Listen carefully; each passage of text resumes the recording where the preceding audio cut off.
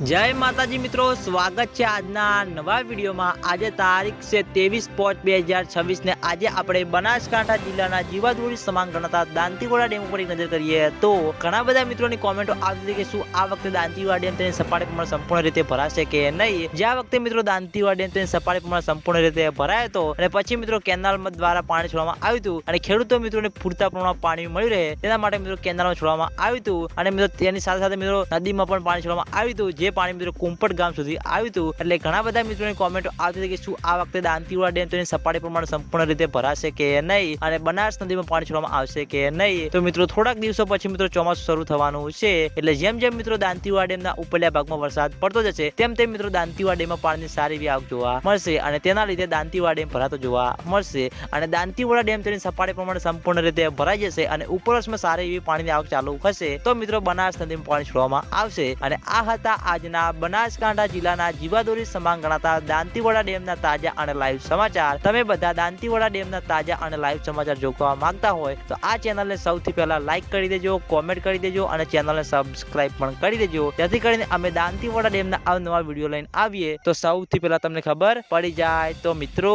જય માતાજી।